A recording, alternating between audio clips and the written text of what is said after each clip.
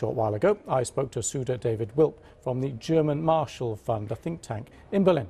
Today in the Bundestag, Scholz really took pains to actually be specific about what Germany plans to deliver to Ukraine, and also the fact that Germany is going to be delivering a sophisticated air defense missile should perhaps help Germany patch up the reputational damage it's had in the past 3 months, because Chancellor Scholz really made a very, serious and sea-changing speech at the end of February, the so-called turning point speech.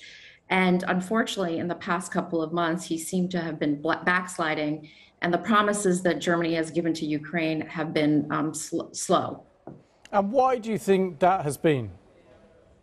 Well, I guess Chancellor Scholz is still very hesitant. He's got obvious rifts within his party about actually isolating Russia, and there's also fear of escalation. I think there's still a mentality in Germany that Germany has to figure out how to live with Russia, but that can't really happen in the near term when Putin has his revanchist ideas.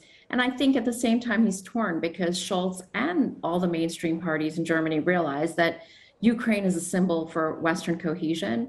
It's defending its freedom, but in turn also defending the values of the West, and even also standing up for principles that go beyond the Euro-Atlantic area. Even, it has ramifications for the Indo-Pacific.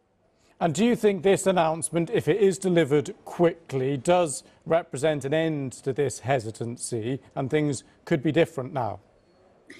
Well, as I mentioned, he talked about sending tank mines and more anti-tank and anti-air defense missiles and, a considerable amount of ammunition.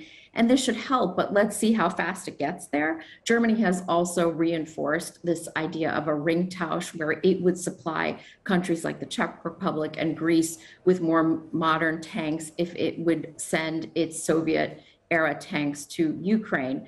But, we're in for a protracted conflict. And at the end of the day, Scholz probably also is worried about whether the electorate will stand behind his decision to isolate Russia, because this country is still very vulnerable because it depends on natural gas from Russia to power its economy.